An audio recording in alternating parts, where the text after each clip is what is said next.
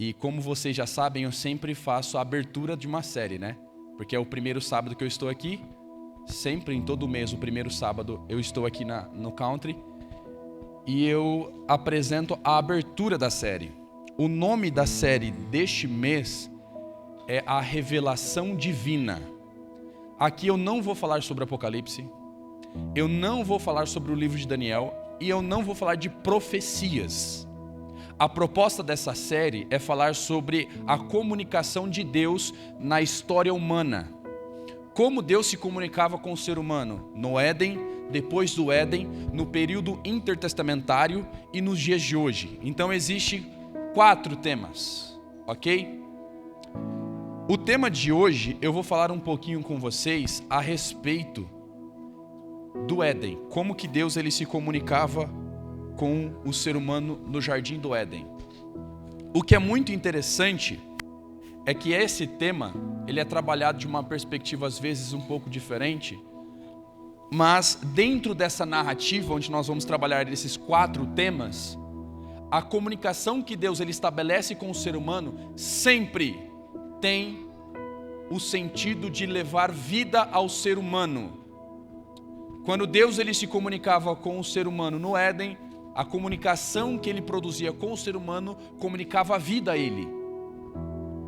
Quando Deus se comunicava com os patriarcas e os profetas, a mesma coisa acontecia. Deus conversava com o ser humano a fim de salvar o ser humano. E isso acontece em toda a história da humanidade, especialmente no período intertestamentário, e no terceiro sábado você vai saber o que essa palavrinha ela significa e qual tipo de revelação que nós vamos estudar. Além disso, também a revelação que Jesus ele faz nos dias de hoje também conduz o ser humano a ter vida. E o que é curioso, sabe por quê? Embora exista diferentes formas de revelação por parte de Deus, a revelação que Deus ele faz para o ser humano, ela tem um padrão. Em primeiro momento, Deus ele adverte o ser humano. Isso você vai ver de Gênesis até Apocalipse. Deus ele se revela para o ser humano e adverte. Você tem exemplos dos livros proféticos, você tem exemplos de várias outras facetas da Bíblia. E além disso, Deus ele também propõe um relacionamento com o povo. E você sabe muito bem disso no termo chamado aliança. Deus ele se propõe em se relacionar com o ser humano, esse relacionamento produz vida e esse relacionamento é chamado por ele de aliança. E no hebraico, caráter. E isso você tem antes e depois do pecado. A problemática para o tema desta série é bem simples também. Como a Bíblia chegou a nós? Você sabe que a Bíblia ela não aconteceu da noite para o dia, né? Você sabe que Deus ele não enviou a Bíblia do céu pronta, bonitinha, com capa preta. Você sabe disso, né? Como então a Bíblia chegou a nós?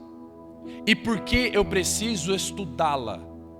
E quais são os benefícios daquele que estuda a Bíblia? Você aprenderá tudo sobre a Bíblia, como ela chegou a nós e quais são os seus benefícios durante essa série. Tudo bem? Alguma dúvida? Ficou claro? Ok. Você sabe que a Bíblia tem 66 livros. É dividida entre Antigo e Novo Testamento. Essa divisão não é antiga, tá? Essa divisão ela é recente. Porque se você for no Antigo Oriente Médio, ou no Oriente Médio, obviamente, você vai perceber que eles não chamam a Bíblia do Antigo Testamento de Antigo Testamento. Eles chamam de Bíblia Hebraica. A Bíblia ela é dividida em algumas porções. A primeira porção é chamada de Torá, que é o Pentateuco, os 5 primeiros livros da lei. São 613 leis que ali você tem nos 5 primeiros livros da Bíblia. Depois você tem os livros históricos. São todos aqueles livros que falam sobre uma narrativa de um personagem ou de uma nação. E sempre Deus inserido na história, né? Você também tem os livros sapienciais, que são os livros proféticos e poéticos. Os proféticos são aqueles que falam de profecias para o tempo do profeta e para profecias para o tempo do fim. Você tem os livros poéticos, e os poéticos você conhece muito bem. Talvez o poético é um dos livros que é mais estudado por vocês. Salmo, Provérbios, Cantares de Salomão, Eclesiastes, Jó também é um livro sapiencial e poético. Tanto que a poesia hebraica ela é diferente da nossa poesia.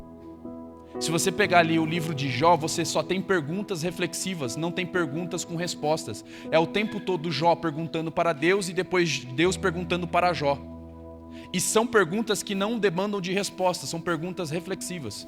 Jó, aonde você estava quando eu formei a terra? Uma pergunta que você não tem como responder, mas leva você à reflexão. E você tem no Novo Testamento os livros que nós chamamos de evangelhos, que são biografias, eu acho que eu já falei isso para vocês, são biografias de um personagem muito especial da história humana chamado Jesus. Você tem as epístolas e as cartas que são endereçadas a pessoas ou a uma nação, e essas cartas também falam sobre advertências à igreja. E você tem o livro de Apocalipse que vai falar exatamente sobre profecia. 95% de Apocalipse é profecia. Mas afinal, se você tem esses livros, essa sequência cronológica, você tem essa sequência temática da Bíblia, como que ela chegou a nós? Por que é importante eu estudá-la? E é exatamente por isso que a proposta desta série é falar especialmente sobre a revelação divina. Mas antes de mais nada, gostaria de falar com vocês sobre a revelação pessoal de Cristo, ali no Jardim do Éden. Então, para isso, eu peço que todos vocês abram a Bíblia de vocês em Gênesis capítulo 1. Gênesis capítulo 1. Primeiro livro da Bíblia e o primeiro capítulo. Gênesis capítulo 1. Vou fazer uma introdução do tema desta manhã e depois nós vamos ler o texto.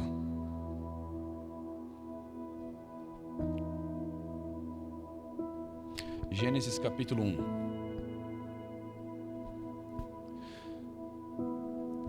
Quem já leu o relato de Gênesis, o relato da criação, percebe que no relato da criação parece um relato que o indivíduo ele passa para o seu patrão.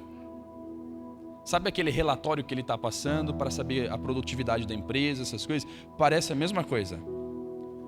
Porque o texto ele diz assim, olha, no princípio criou Deus os céus e a terra. A terra, porém, estava sem forma e vazia, e havia trevas sobre a face do abismo, e o Espírito de Deus pairava por sobre as águas. Essa introdução, ela indica que no princípio existia um ser chamado Deus. Esse ser, ele cria coisas a partir do nada, porque havia trevas sobre a face do abismo, não existia nada, a terra era sem forma e vazia. Essa expressão no hebraico, tohu, vavorro, acontece apenas 3 vezes nas Escrituras. Você tem em Gênesis capítulo 1, você tem em Isaías capítulo 34 e você tem em Jeremias capítulo 4, verso 23. Esse texto de Jeremias 4, 23, usamos muito quando falamos sobre aquele tema chamado milênio. Qual que é o estado da terra durante os 1000 anos? E aí você já dá a introdução falando, era sem forma e vazia. E dentro dessa sequência de Jeremias capítulo 4, existe uma expressão ali, tohu, vavorro, está ligado a uma terra desértica. Além de que, vavorro no hebraico vem do acadiano, e acadiano, vavorro significa deserto. E quando você vai para as Escrituras, você percebe que em Gênesis capítulo 1, a introdução, o enunciado que você tem do relato da criação é que a terra ela é desértica, infértil. Antes de sair das mãos de Deus, a terra não tinha vida. Ela era uma terra desértica, infértil. Só que aí Deus ele começa a criar as coisas. Produza relvas sobre a terra. E as plantas produzam plantas. E assim ele começa a colocar os imperativos. E a terra começa a ser formada. E finalmente Deus ele forma o ser humano. Só que diferente da criação da natureza, o ser humano é um pouco diferente a forma como Deus ele coloca os imperativos para falar sobre a sua criação. Acompanhe comigo. Gênesis capítulo 1. Vamos ler desde o versículo 26. Gênesis capítulo 1, verso 26 diz assim: Também disse Deus, façamos o homem à nossa imagem, conforme a nossa semelhança. Tenha ele domínio sobre os peixes do mar, sobre as aves do céu, sobre os animais domésticos, sobre toda a terra. e sobre todos os répteis que rastejam pela terra. Criou Deus, pois, o homem à sua imagem. A imagem de Deus o criou. Homem e mulher os criou. E os abençoou e lhes disse: sede fecundos, multiplicai-vos, enchei a terra e sujeitai-a. Dominai sobre os peixes do mar, sobre as aves dos céus e sobre todo o animal que rasteja. Eu acho interessante essa narrativa aqui. Porque quando Deus ele fala sobre a criação do ser humano, ele não fala produza a terra o ser humano.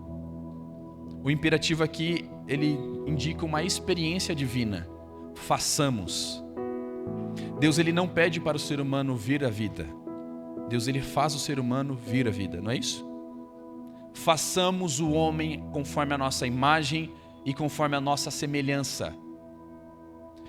Tem um autor famoso, eu acho que eu citei algumas vezes no nosso estudo às 3 horas da tarde, inclusive aqui um apelo para vocês, não é verdade? Às 3 horas, todo sábado, nós nos reunimos aqui no Salão dos Jovens, no Country, para falar um pouquinho sobre a Bíblia. E teve um dia que eu falei sobre esse autor chamado Ducan, Jacques Ducan. Alguém aqui conhece esse autor? Jacques Ducan? Ele escreveu sobre o livro de Daniel. Assim, não o livro de Daniel, tá? Ele escreveu sobre o livro de Daniel. O nome do livro dele é Os Segredos de Daniel. E ele tem um livro, esse livro em inglês, que é International Commentary. É Gênesis, do Comentários Adventistas do Sétimo Dia. E eu achei sensacional o comentário que ele fez sobre a criação. Ele coloca assim, olha: em comparação com a natureza, o ser humano é colocado à parte por seu ofício. Ou seja, qual que é a diferença entre a criação que Deus ele fala dos animais, da natureza, e a criação de Deus? Duas coisas que ele coloca. A primeira é que o imperativo que Deus ele coloca para falar sobre a criação do ser humano é diferente que ele fala da natureza. Da natureza ele fala produza a terra. Quando ele vai falar sobre o ser humano é façamos. O imperativo é algo mais experiencial. O ser humano foi criado a partir da manipulação da terra com Deus. É Deus manipulando a terra para formar um boneco chamado ser humano. Então é por isso que em primeiro lugar ele coloca que o ser humano é colocado à parte. Ou seja, ele está acima da natureza. A segunda coisa é que o ser humano ele tem algumas funções que os animais não têm. Duas funções especiais. Primeiro, sujeitai a terra. Segundo, dominai. Esses dois verbos, eles acontecem o tempo todo de forma isolada nas Escrituras. Mas quando os dois verbos estão juntos, dominar e sujeitar a terra, sempre é uma questão de realeza. É quando Deus, ele sujeita a terra e domina a terra. Quando Deus ele coloca o ser humano para sujeitar a terra e dominar, ele está dizendo uma coisa especial. O ser humano agora está sendo estabelecido como rei da terra. E o que é curioso, porque o ser humano ele passa a reinar sobre a terra, não reina sozinho. A sua esposa está junto com ele. Deus ele cria o ser humano e coloca o ser humano no jardim do Éden para reinar sobre a terra. São reis, e o ser humano sozinho, o homem, ele não pode reinar. Existem muitas pessoas dentro dos seus lares querendo reinar sozinho. Mas Adão e Eva, eles precisariam reinar juntos, em conjuntos, em harmonia. Porque o tipo de reinado deles era um reinado que era estabelecido pelo próprio Deus. Deus ele estabelece o ser humano para reinar sobre a terra. É por isso que ele domina os peixes das águas, é por isso que ele domina as aves dos céus, e é por isso que ele domina a terra e sujeita ela. Só que esse tipo de domínio que Deus ele estabelece para o ser humano não é o mesmo domínio que nós conhecemos hoje. Porque o nosso domínio é um domínio corrupto. Tanto que o irmão de Jesus, Tiago, em sua epístola, ele coloca isso de forma bem estampada para a gente. Que o domínio do ser humano, na verdade, não é um domínio. É um ser humano descontrolado em suas próprias raízes, não conseguem nem se controlar e muito menos controlar o outro. É por isso que a corrupção, a nível de agora federação, nós estamos vendo isso de forma bem clara, porque o ser humano está descontrolado. O domínio proposto por Jesus no Éden é um domínio diferente do que nós conhecemos hoje. O domínio que Jesus, ele disse para Adão e Eva, vocês dominarão a terra. Ele está estabelecendo o domínio do ser humano baseado em uma máxima bem especialzinha. Gênesis capítulo 2, versículo 15. E o versículo 16 também.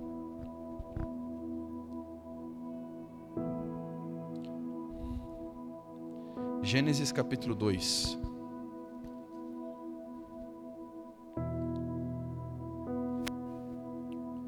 Gênesis capítulo 2, versículo 15, diz assim: Tomou, pois, o Senhor Deus ao homem, e o colocou no jardim do Éden para cultivar e o guardar. Obrigado, Catarina. Vou repetir. Tomou, pois, o Senhor Deus ao homem, e o colocou no jardim do Éden para fazer o quê? Cultivar e guardar. Essas duas palavras no hebraico, avad e chamar, acontecem em Números capítulo 18.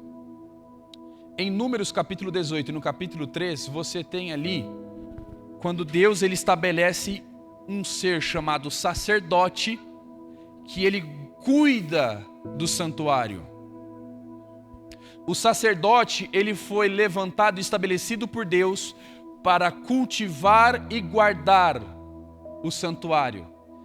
Avad no hebraico significa cultivar, mas ao mesmo tempo significa servir a terra. O sacerdote, ele serve o santuário. O sacerdote, ele guarda o santuário. E agora, que tipo de guarda o sacerdote ele faz do santuário? O sacerdote é ele que define qual tipo de sacrifício poderia entrar dentro do santuário e qual sacrifício não poderia entrar dentro do santuário. Pergunta: sacrifício de animais imundos poderia entrar no santuário? Porque senão faria o quê? Contaminaria o santuário. Ou seja, animal imundo poderia ser sacrificado no santuário? Não. Se o ser humano levasse um animal imundo para dentro do santuário, o sacerdote era responsável. Ele era responsável porque ele foi levantado, estabelecido para guardar o santuário. Quando Deus ele estabelece o ser humano no jardim do Éden, a cultivar e guardar o Éden, esses dois verbos, eles acontecem de novo no sentido de sacerdócio. Ou seja, o homem, ele é o quê do lar? Sacerdote.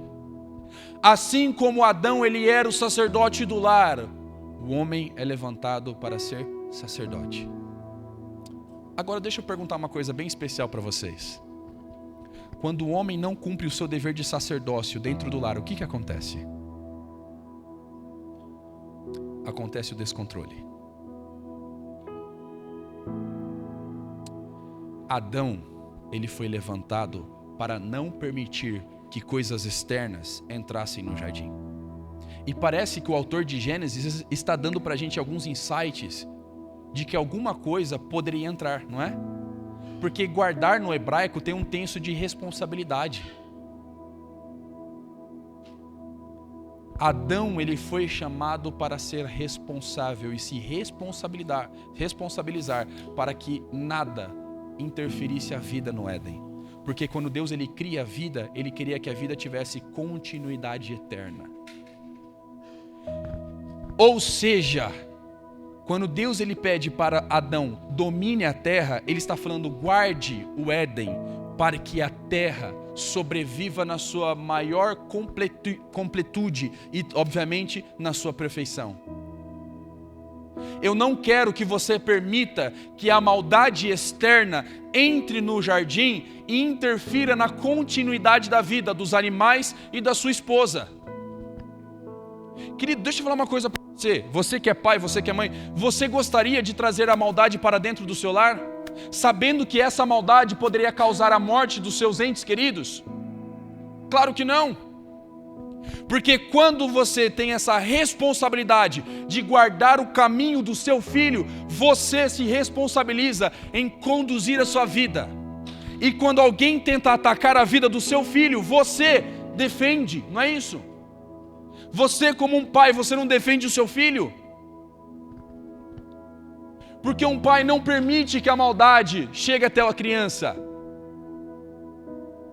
Um pai que gosta e ama o seu filho, ele não tem essa condição de permitir que o mal destrua o seu lar. Deus, ele colocou o ser humano, especialmente o homem, para ser o sacerdote do Éden. Adão, eu não quero que você permita que a maldade contamine a minha criação, ok? Gente, isso aqui é dramático para mim. Isso é dramático. Que Adão, ele tinha que proteger Eva e proteger também os animais. É como se Deus estivesse olhando para Adão e falando assim: Adão, se você tomar uma escolha errada, a maldade vai contaminar a sua esposa. A maldade vai contaminar toda a criação. Então cuidado com a sua escolha. E quando Deus, ele presenteia o ser humano com a vida, Deus, ele dá um outro presente também. Deus, ele presenteia o ser humano agora com a continuidade da vida. Em Gênesis capítulo 2, verso 16, diz o que pra gente? E Deus lhe deu esta ordem, que ordem? De toda a árvore do jardim comerás livremente. A palavra no hebraico para ordem é tsavá. É quase a mesma palavra no hebraico para mandamento, mitzvah. Essas duas palavras indicam uma ordem, e é a primeira vez que acontece, e indicam um presente que Deus dá para o ser humano. Qual que é o presente que Deus dá para o ser humano? Comam de tudo. Coma livremente. Coma todas as frutas, legumes e verduras. Só que aí depois ele dá uma outra advertência em um sentido e objetivo de proibição. E essa proibição que Deus ele dá para o ser humano também é um presente para ele. Sabe como? Porque a proibição de comer o fruto levava ao ser humano a não desobedecer a Deus e por consequência perder a vida. Deus, ele presenteia o ser humano com vida e depois ele presenteia com a continuidade da vida. A proibição de Deus era clara: você pode comer livremente de todas as árvores do jardim, mas exceto uma, não coma da árvore que está no meio do jardim. Porque disse Deus, né? No dia em que você comer do fruto, certamente morrerás. Eu não sei se você está percebendo, mas existe uma relação muito pessoal entre Deus e o ser humano aqui. E é exatamente nesse momento em que Jacques Ducan, ele diz que o ser humano, ele é colocado à parte por seu ofício, mas o apogeu da sua glória é o seu relacionamento com Deus. Pergunta, os animais, eles tinham esse tipo de relação com Deus? Entre conversa, resposta, pergunta e resposta? Não tinha. Apenas o ser humano podia ter esse benefício. E é por isso que ele coloca que o apogeu da glória do ser humano é a sua relação com Deus. Ele se relaciona com a sua criação. E ele coloca alguns tipos de relacionamento que o ser humano ele coloca, que o ser humano ele produz. O primeiro relacionamento qual que é? É o ser humano e a sua esposa. Tanto que no hebraico, tanto a palavra homem como a palavra mulher parece a mesma pronúncia. Homem, ish, mulher, ishá. E o autor parece sinalizar isso pra gente, né? Esse tipo de união. É uma união carnal, mas ao mesmo tempo uma união que junta e vira apenas uma só carne, entende? Depois ele coloca um segundo nível de relação, que é o relacionamento que Deus ele tem, aliás, que o ser humano ele tem com os animais e com a natureza. Mas ele diz que o terceiro relacionamento que Deus tem com o ser humano é um relacionamento que o capacita a ter relacionamento com os outros. Porque Deus é soberano sobre a vida do ser humano. Só que agora a pergunta é: qual o tipo de relação que Deus tinha com o ser humano? Porque até agora eu falei que Deus se relacionava com o ser humano no Jardim do Éden. Agora, qual que é o tipo de relação? Gênesis capítulo 3.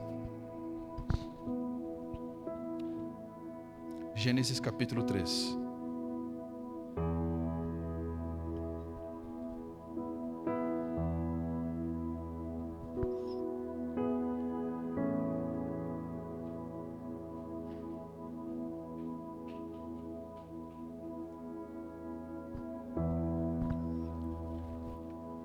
O texto ele é claro em dizer que o ser humano ele é criado desde o capítulo 1 falando sobre a sua importância na criação. O capítulo 2 fala sobre a sua função. E o capítulo 3 é a reação do ser humano quanto a tudo aquilo que Deus ele havia criado. Eu gostaria muito que você prestasse atenção nessa frase que eu vou dizer para você agora. Se você não prestou atenção no sermão até agora, preste atenção nisso que eu vou dizer para você.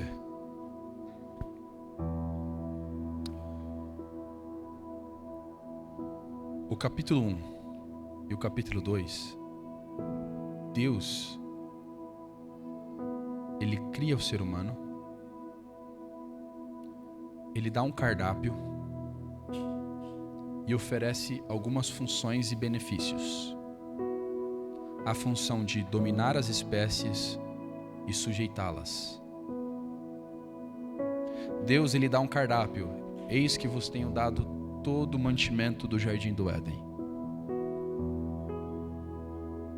E Deus ele dá o benefício para que o ser humano dê continuidade à vida, que o ser humano, especialmente o homem, deveria ser o sacerdote do Éden. Mas quando nós começamos o capítulo 3 de Gênesis, eu não sei se você percebeu até agora, mas até o momento, quem fala, quem cria, quem oferece coisas é Deus. O ser humano, ele tem alguma fala, alguma coisa aqui até agora, no capítulo 2? Não, né? A única fala que o ser humano ele dá é apenas anunciando a criação da mulher.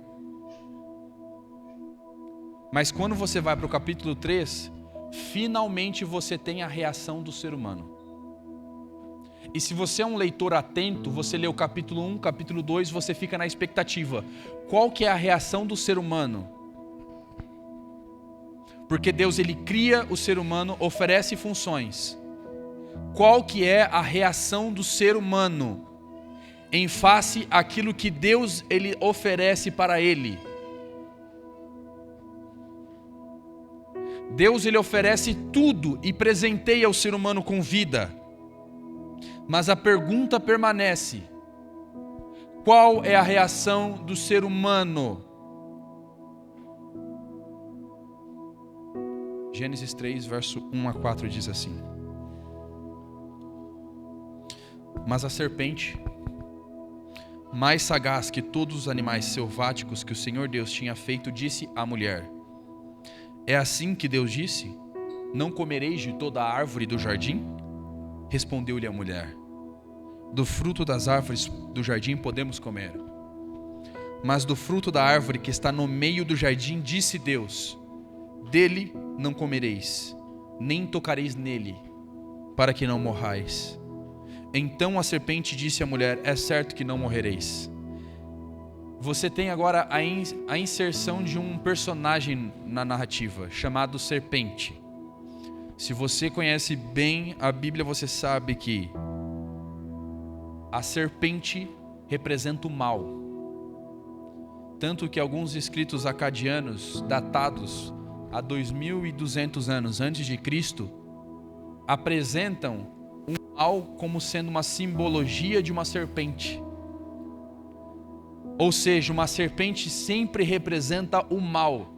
E se você está atento a esse detalhe, quando diz assim, olha, mas a serpente, você percebe que agora você tem a personificação do mal. E esse mal é um mal cósmico, porque ele é sobrenatural, uma serpente que fala. A serpente está falando, e ela fala diretamente com Eva, não fala com Adão e Eva. Não existe resquícios no texto bíblico para dizer que Adão estava com Eva. O homem foi criado e estabelecido para guardar o jardim de todo o mal. Mas quando a mulher está conversando e flertando com o mal, cadê o homem? Cadê o homem? E sabe qual que é a minha preocupação nos dias atuais? É porque nós, adventistas do sétimo dia, e qual seja a outra denominação religiosa que você pertence, todos nós flertamos com o mal todos os dias. Deus ele deu uma proibição, não coma do fruto. Mas que mal há em você conversar com aquele que está oferecendo o fruto? Querido, isso aqui é problemático, porque eu vejo ainda pessoas, dia após dia, flertando com o mal. Satanás, ele oferece para você o mal todos os dias. Deus, ele pede para você não comer do fruto. Mas aí você fala, né? Não, mas que mal há em eu conversar com Satanás? Não tem problema nenhum. O primeiro erro daquela mulher não foi comer do fruto. O primeiro erro daquela mulher foi dar espaço para um diálogo com Satanás. E amigo, agora eu pergunto para você, por que você dá espaço para Satanás dialogar com você? Por que você dá espaço para Satanás oferecer o fruto para você? O mal ele é oferecido todos os dias, mas a escolha é sua se você está dialogando ou não, flertando ou não com o mal. Você flerta com o mal mediante a muita coisa, com aquilo que você assiste, com aquilo que você come, com aquilo que você pensa, com aquilo que você faz, com as roupas que você veste. Aqui eu não estou querendo ser legalista, tá gente? Pelo amor de Deus, não me leve a mal. O que eu estou falando para você é que o mal ele é oferecido todos os dias. E muito daquilo que você faz, muito daquilo que você pensa, muito daquilo que você fala, revela se você está ou não flertando com o mal. No espaço para Satanás colocar pessoas erradas na sua vida, se você está dando espaço para Satanás colocar um relacionamento tóxico e abusivo na sua vida, se você está dando espaço para ele infiltrar na sua vida e entrar mediante a qualquer espaço que você oferece, é você que vai decidir. O homem, ele abriu espaço para Satanás flertar com a mulher. A mulher conversa com a serpente. E esse diálogo é como se o ser humano cortasse sua relação com Deus para estabelecer um relacionamento com a serpente. E o que é interessante, lembra que eu falei que o capítulo 3 é como se fosse uma expectativa de qual seria a reação do ser humano em tudo aquilo que Deus lhe presenteia ao ser humano? Qual que é a reação que a mulher tem quando ela recebe toda a criação? Ela conversa com a serpente, ela conversa com o mal. Deus ele abençoa o homem e a mulher, e a resposta do homem é conversar com a serpente. Isso me dói o coração. E ao final desse diálogo, Deus ele sai da equação do coração da mulher. E agora a mulher coloca a serpente em seu coração. O texto diz assim: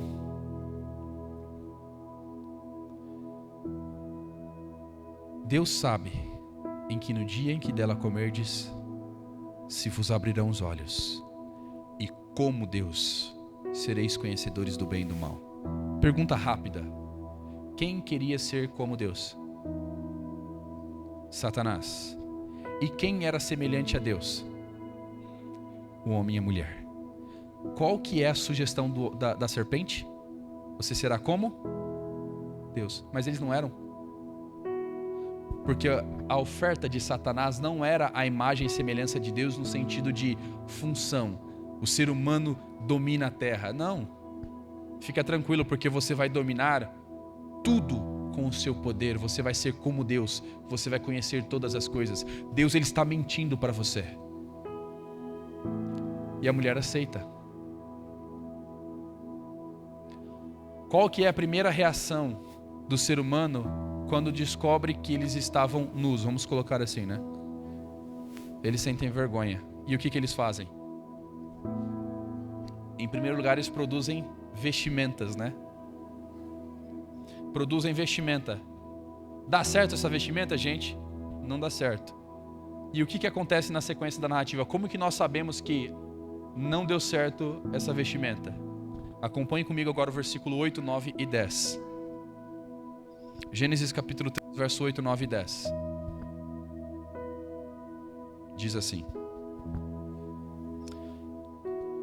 quando ouviram a voz do Senhor Deus, que andava no jardim, pela viração do dia, esconderam-se da presença do Senhor Deus, o homem e sua mulher, por entre as árvores do jardim.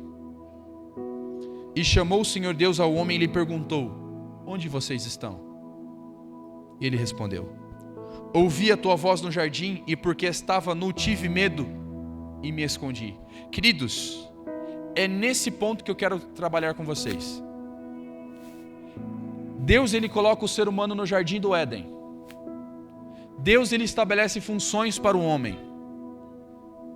Mas ao final do dia, o ser humano escolhe a serpente. Deus, ele sabia ou não sabia que o ser humano naquele dia tinha escolhido a serpente? Sabia. Mas mesmo assim, Deus, ele decide fazer uma última revelação pessoal. Deus, ele se manifesta no jardim do Éden, pessoalmente para o homem. E ele diz o quê? Onde vocês estão? Porque essa era a fórmula incomum da reação humana com a presença divina. Deus, ele se manifestava, e eu imagino que quando Deus aparecia, o ser humano corria para abraçá-lo.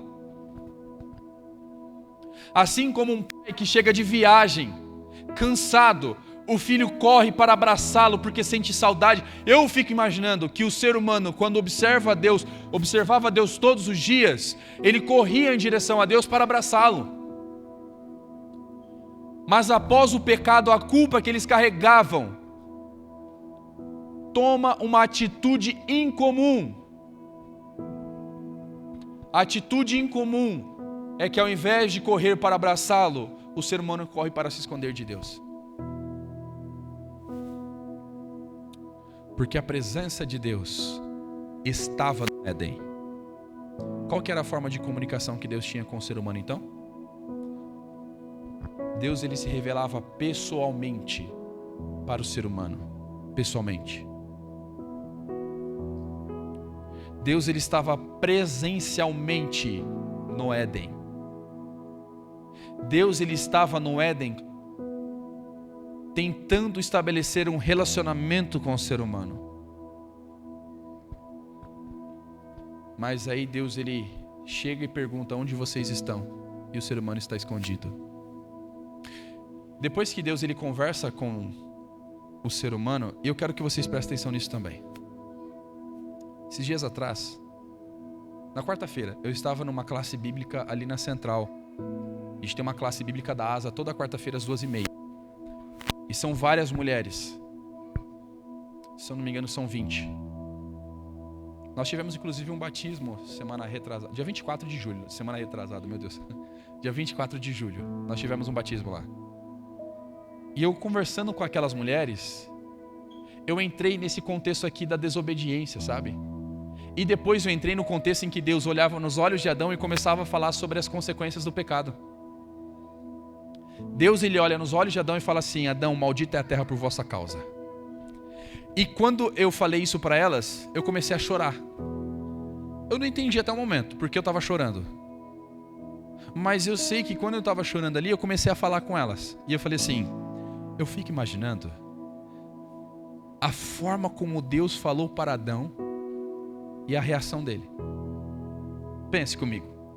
Deus olhando para Adão e falando assim: Adão, tá vendo esses rios cristalinos?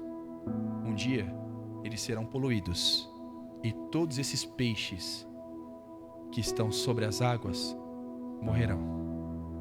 Adão, você está vendo essa árvore linda, frondosa, esse manancial que está aqui no jardim? Um dia, toda essa perfeição vai acabar, até a última folha cair e morrer. Está vendo essa flor maravilhosa, cheirosa e linda, perfeita? Ela vai murchar, Adão. Adão, está vendo esses animais aqui? Vai ter um dia em que esses animais, eles vão brigar pela sobrevivência e vão se alimentar uns dos outros. Adão, olha pela última vez para sua esposa.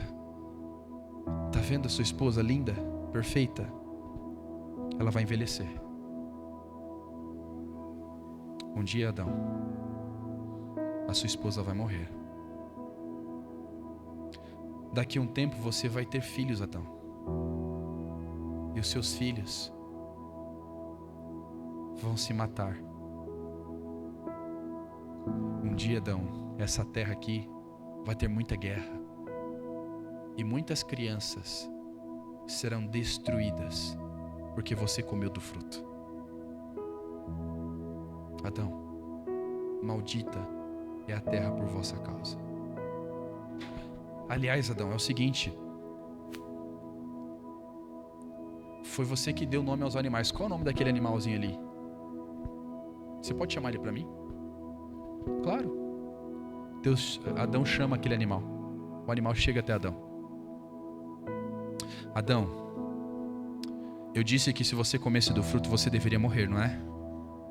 Eu não posso voltar atrás com a minha palavra, porque senão isso não seria justiça. Mas eu amo muito vocês, eu não quero que vocês morram eternamente. Eu tenho um plano. Só que esse plano envolve um sacrifício. Mas, Senhor, o que é um sacrifício? Adão, amarre esse animal. Coloque ele sobre essas rochas. Adão, toque esse objeto cortante. Mas, Senhor, o que eu vou fazer com isso aqui? Adão, coloca a sua mão sobre a cabeça deste animal, confessa os seus pecados e, na sequência, passa esse objeto no seu pescoço. Mas, Senhor, eu não posso fazer isso, é obra da sua criação. Adão, você escolheu. A morte não foi uma escolha minha, a morte foi uma escolha sua. Mas, Senhor, eu não posso aniquilar tudo aquilo que você criou de belo e perfeito. Você já fez isso quando você escolheu a serpente no meu lugar. Adão, mata esse animal. Adão olha nos olhos daquele animal. E ao invés de Adão fazer um carinho, cuidar da criação de Deus, ser o guardador do Éden, Adão é o primeiro a acabar com uma vida. Aquele animalzinho nunca tinha visto ou vivenciado um ato tão cruel da parte de Adão. Mas, Adão, você tem que matar esse animal. Eu fico imaginando que quando Adão terminou de matar aquele animal, lágrimas escorreram dos seus olhos, ele se ajoelhou pedindo perdão por tudo que ele fez, porque ali ele sentiu a consequência do seu pecado. E aí Deus olha nos olhos de Adão e fala assim: Adão, sabe a quem representa esse animalzinho, Adão? Esse animal me representa, porque um dia eu virei para morrer porque você pecou. Adão, essa é a minha última fala com você, olho nos seus olhos. Por um bom tempo, Adão, não nos veremos mais. Adão, adeus. Vocês estão expulsos do jardim do Éden. Eu queria conversar com você pessoalmente todos os dias da sua vida e você aceitou conversar com uma serpente. Eu queria abraçar você todos os dias. Eu queria beijar. Mas você escolheu a serpente. Você escolheu o mal. E é por isso que agora nós não veremos mais pessoalmente até o dia em que eu morrer numa cruz e voltar pela segunda vez. Adeus, Adão. Talvez eu esteja sendo um pouco dramático, mas eu imagino que naquele dia não foi menos do que isso, porque foi uma despedida. Deus comunicava com o ser humano pessoalmente, presencialmente. Deus estava com o ser humano o tempo todo. Agora eu pergunto para vocês, por que que hoje eu e você nós não temos o mesmo tipo de relacionamento com Deus? Por que que Deus ele não se comunica comigo mais de forma pessoal como ele fazia com o ser humano? E mais, como que Deus passou a se comunicar com o ser humano agora que ele não pode se manifestar junto com a gente? Como que Deus ele falava com Israel no passado, sendo que ele não estava presencialmente com ele? Como que Deus passava a sua mensagem para o seu povo? Não perca o próximo episódio. Deus ele falará diretamente ao seu coração e na semana que vem falaremos sobre a revelação de Deus após o Éden. Como que Deus se comunicava com o ser humano depois do pecado? Como que Deus ele falava com os nossos primeiros patriarcas e profetas? Não perca, grandes emoções estão por vir. Eu sei que você tem um desejo de voltar a ter um relacionamento íntimo e pessoal com Deus. Se essa é a sua vontade, o seu desejo, se coloque em pé, porque agora eu vou orar por você.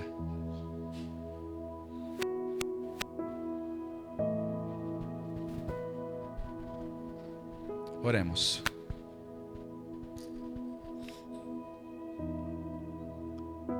Pai querido, sabemos que aquele momento, o momento da despedida que o Senhor tem com Adão e Eva, foi um momento dramático. Nós sentimos a dor até hoje. Eva come do fruto e o nosso dente dói até hoje.